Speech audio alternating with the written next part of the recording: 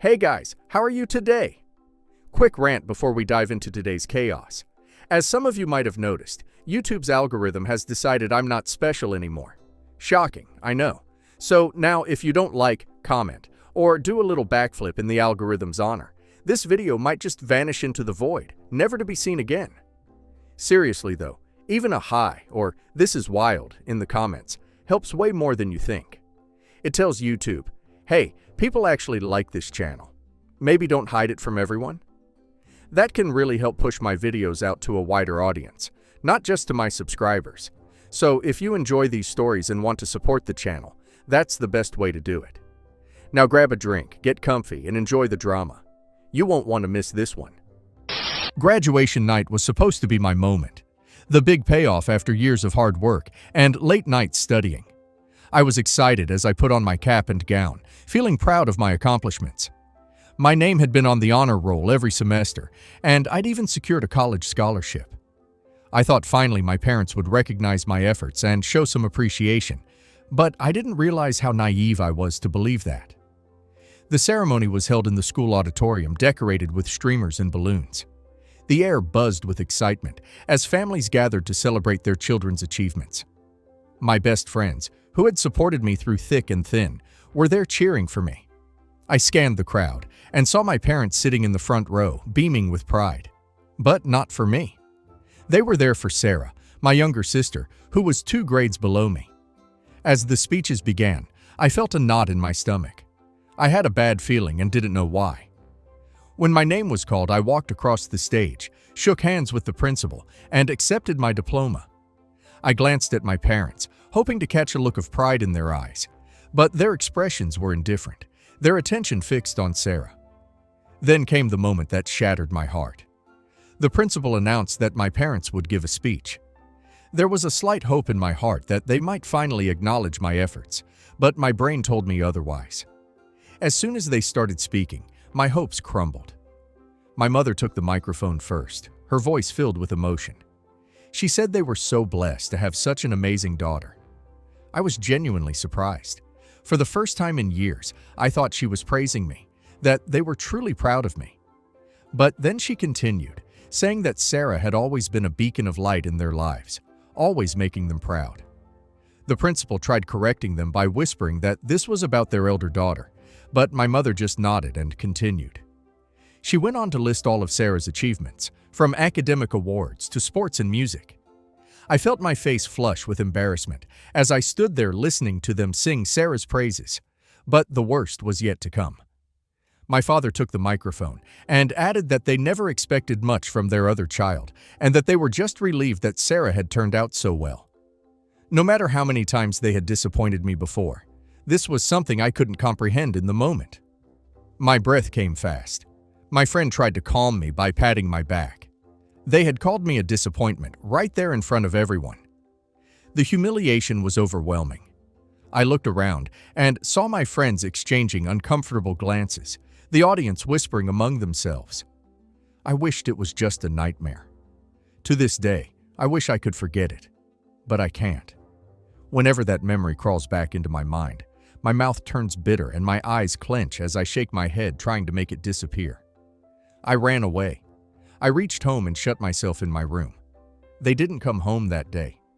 That same night, I decided I couldn't stay where I was constantly overshadowed and belittled to the point of having a public panic attack in front of everyone I knew. For years I had covered for them in front of friends, their parents, and my grandparents. I packed my bags and left for college the next day. I cut off all contact with my family, which wasn't hard, because they didn't try to contact me either. Not in the next 4 years. I won't lie, it stung. I cried many nights thinking how pathetic it was that I couldn't get my own parents to love me. But each morning I got myself together and did what needed to be done. I was determined to build a life where I would be valued and respected. And I did. For 4 years, I poured my energy into my studies and career. I worked hard, stayed up late to finish projects and meet deadlines. What would I gain by shedding tears for people who didn't care if I existed? I made new friends who appreciated me for who I was. My name was even published in the newspaper for my professional accomplishments.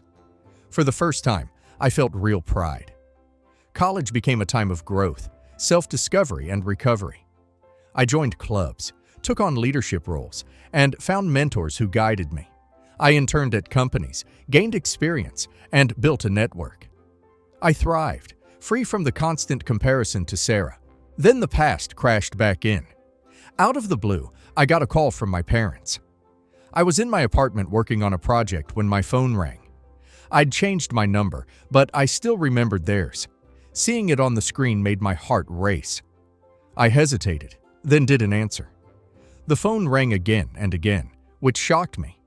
They hadn't called in 4 years, and now it was back to back. Did someone die? I was still in contact with my grandparents, so I knew they were fine. After almost half an hour of relentless calls, curiosity won, and I answered. I kept my voice steady. They didn't sound panicky. My father spoke in an unusually calm tone. They'd seen my name in the newspaper and wanted to reach out. My mind raced. Why now? He continued. Sarah was in trouble, serious legal issues, and they needed my help. My first thought was, why would I help you? After all those years of being sidelined and ignored, they reached out because they needed something. I took a breath, asked what they meant. He said she'd made bad decisions, and only I could help her. They were begging me to come home and fix it. I snorted. How could I help? Take the blame? I asked them bluntly. I told them it didn't feel like begging. Their voices were monotone. Surprised by my tone, they tried to sound gentle and asked me to at least hear them out. I agreed to meet, if only to listen. The following weekend, I drove back to my hometown for the first time in 4 years. The streets were familiar, but everything felt different. I had changed so much. The place hadn't. The reunion was tense and awkward. My parents greeted me with forced smiles, eyes filled with desperation and guilt. We sat in the living room. The silence was heavy. They didn't ask how I was, or even offer water. They jumped straight into it. In short, Sarah had gotten involved with questionable people and borrowed money. Now she faced serious legal consequences. They had tried everything and failed. They were at their wits' end and saw me as a last resort. As they finished, I felt a wave of vindication. These were the same people who had called me a disappointment, now asking for help. At the same time, I felt a pang of sadness. Despite everything, they were still my family, and the little girl inside wanted their approval. I pushed that aside. Their apology was surface level. They were more interested in solving Sarah's problems than mending our relationship. It was all about fixing the mess and moving on, with no regard for the years of hurt. I listened, then said, "I'll think about it." But there was no way I was getting involved again. I left feeling conflicted. Part of me wanted to help for validation. The other knew it would let them use me again. I needed time to decide what was best for me. Suggestions were welcome. This is emotional abuse disguised as tough love and favoritism. The fact that OP's parents not only ignored OP's accomplishments, but went as far as publicly humiliating her during her graduation. That's unforgivable. I'm glad OP cut them off and built a life for herself. Them only reaching out when Sarah messed up proves they never cared, unless it benefited them. And now let's hear community's opinion. Your story broke my heart. I'm not doubting your experience at all. I just wonder, have your parents ever acknowledged what they did at the graduation? Not just about helping Sarah now, but that specific moment? It's clear they haven't changed, but sometimes the smallest apology can help us find closure, even if we still walk away. Either way, you sound incredibly resilient. Proud of you for making it on your own. Please don't fall for it. I say this as someone who went back to help and got burned again. They didn't call when you graduated with honors. They didn't call when your name was in the newspaper. They only called when they were desperate. You weren't a daughter to them. You were a backup plan. If you go back, you're teaching them that you'll always be available no matter how they treat you. Don't make that mistake. Wow, this is the kind of story that sticks with you. The strength it took to walk away, to rebuild, and to not let their neglect define you. That's power. Your parents didn't just ignore you. They tried to erase you in front of an entire auditorium. That's next-level cruelty. Whatever happens with Sarah, make sure you are protected. You owe them nothing. And honestly, you're already the success story in this family. They just don't deserve front row seats to it anymore. Update 1. The next weekend I met them again, prepared to stand my ground. We sat in the same living room, tension palpable. They looked at me with hope and fear, desperate, knowing I could change the situation. I made it clear I wasn't going to help Sarah. Their sudden interest felt manipulative and insincere. For years they put me down, ignored my achievements, and now expected me to clean up Sarah's mess. Unacceptable. They looked shocked and tried to argue, but I was firm. I needed to protect myself. Helping Sarah would drag me back into the environment I fought to escape.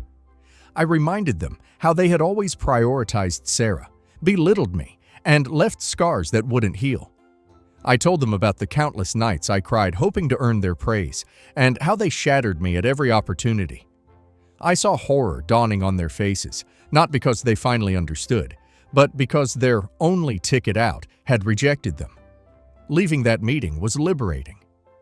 For the first time, I stood up to my parents and set clear boundaries. A weight lifted. I no longer felt like the disappointed child begging for approval. I was an independent adult with my own life and rules. In the days that followed, I reflected. I remembered the times I felt overshadowed, the nights I cried, the doubt and insecurity. Helping Sarah would reopen those wounds. I'd worked too hard to be pulled back into darkness. I focused on work with renewed vigor and talked to friends. They saw the change and supported me, reminding me how far I'd come. I thought I was done with the drama. A few days later, an old high school friend messaged me. She'd seen my parents in town and heard about Sarah. She asked if I was okay, the same friend who comforted me at graduation. She also told me my parents had contacted her trying to get my address. She refused. I was shocked. I thought I'd been clear. I'd blocked them and wasn't answering unknown numbers. I didn't expect them to try to find my address. I asked her to tell our mutual friends not to share any information. Update 2. About 2 weeks passed. I kept reminding myself I didn't owe them anything. People asked about my relationship with Sarah. It's non-existent. As kids, I tried to build a relationship, help with homework, play, but my parents always pulled her away after 10 minutes. We never spent time together. As we grew up, she barely acknowledged me. 2 days ago, my grandparents called saying my parents had left a letter with them. They made it clear they didn't care about the letter, but they missed me and hoped I'd visit. I didn't mind. My grandparents are lovely. I have no idea how my mother was born to such graceful people. Sometimes I wish I'd grown up with them. They lived far, so I took time off work. I figured it could be a mini vacation. They gave me the letter in the evening. It was filled with apologies, but the tone wasn't sincere. They acknowledged their mistakes, saying they had failed me as parents because if I were a good daughter, I wouldn't have refused to help my sister. Entitlement dripped from every sentence. My father's section tried to paint himself as the misunderstood hero. He wrote that he always knew I was capable, but had been blinded by Sarah's brilliance. He claimed his actions were meant to push me to be my best, and that he did it out of love. The underlying message was clear. He believed he had the right to treat me that way, for my own good. He ended with a plea, really a demand, that I come home and help Sarah. Family needed to stick together. It was my duty to fix the mess. It was emotional blackmail. My mother's section was no better. She used emotional language, sleepless nights, endless worry, as if I hadn't had sleepless nights crying myself to sleep. Her primary concern was still Sarah. She wrote about Sarah being the light of their lives and how devastating it was to see her in trouble. She admitted they may have ignored me, then pivoted back to pleading for help with Sarah. She described her sleepless nights, implying her suffering justified their past actions. She said she missed me and wanted to rebuild our relationship. But again, the focus quickly returned to Sarah. We could be a family again once Sarah was back. Yes, she's in jail. The apologies felt shallow, manipulative, entitled. Because I'd turned out well, I owed them to help Sarah. She couldn't see that favoritism and comparison drove a wedge between us, expecting me to set aside all my pain for family. I felt anger and sadness. They still didn't understand the depth of the hurt. They saw me as a means to an end. I told my grandparents to tell them I burned the letter and to kindly stay away from my life. I didn't actually burn it. Could be useful someday. I unblocked my parents long enough to text that they were hateful to pull this stunt with my grandparents. That I turned out well because I didn't have their influence, and Sarah turned out that way for obvious reasons. I told them if they needed to apologize, they should take themselves to a counselor and sort out the issues they think everyone else has. I added that anyone away from them thrives, so they should have sent Sarah away too. Maybe she wouldn't be in jail. Then I blocked them again. Why was I so angry about a stupid letter? It wasn't the letter. It was the talk they had with my grandparents. My parents tried to convince them to kick me out of their will since I was a bad daughter, who refused to help even when I had the means. They said I was well off and didn't need support, so it would be a waste to help me. I was stunned. I'm doing well, but I'm not well off in contacts and resourcefulness, maybe. But I can't just retire and coast. People asked what I do. I won't reveal it to avoid being recognized. I asked my grandparents what they planned to do. They said there was no decision to make, only a few changes already in process. I was confused. They said I'd know in a few days and that I had nothing to worry about. I trusted them. I'm not entitled to their assets, and I told them so. Grandma just smiled and fed me cookies. Update 3. A month passed. Last I heard, Sarah was out, surprisingly. She claimed to be a victim, and the people involved had duped many others. The charges aren't dropped, and she can't leave the country, but she's out for now. A few days after visiting my grandparents, I got a call from my school principal. He invited me to give a talk to current students. I was surprised and a little scared. The last time I was on that stage, my parents humiliated me. He joked that this time they weren't invited on stage. I laughed. This felt like a second chance to rewrite what happened. I accepted. The talk would be in 20 days. I prepared whenever I could. My grandparents hadn't made it to my graduation, so I invited them. They said they would come. Some of my friends from now and a few close school friends planned to attend. The event was a significant honor and a welcome distraction from the family drama. The day of the talk arrived. I stayed with a friend the night before. I was nervous and alert. When my grandparents arrived, I felt comforted. They wished me luck. I saw pride in their eyes. The talk was a success. No drama, no disappointed parents. Or so I thought. Later, my principal told me my parents had shown up at the gate, but they were not allowed in. Security had been informed. Teachers ensured they left. They were warned the cops would be called if they caused chaos. They yelled that they deserved to be inside because they were my parents, but eventually left. I was deeply grateful to the principal and faculty. My grandparents and I thanked each one of them. I was teary-eyed. The conference was a success. I felt pride sharing my knowledge and experiences. The applause reinforced my belief in my worth. I didn't need my parents' approval to validate myself. I had built a life I'm proud of, and I won't let anyone take that away. Update 4. 2 weeks later, my grandparents came home with me. They missed me and were tired of my parents dropping by with Sarah to coerce them into changing their will. I was happy they wanted to stay, surprised at my parents' persistence. This wasn't a quick visit. My grandparents live 4 hours away.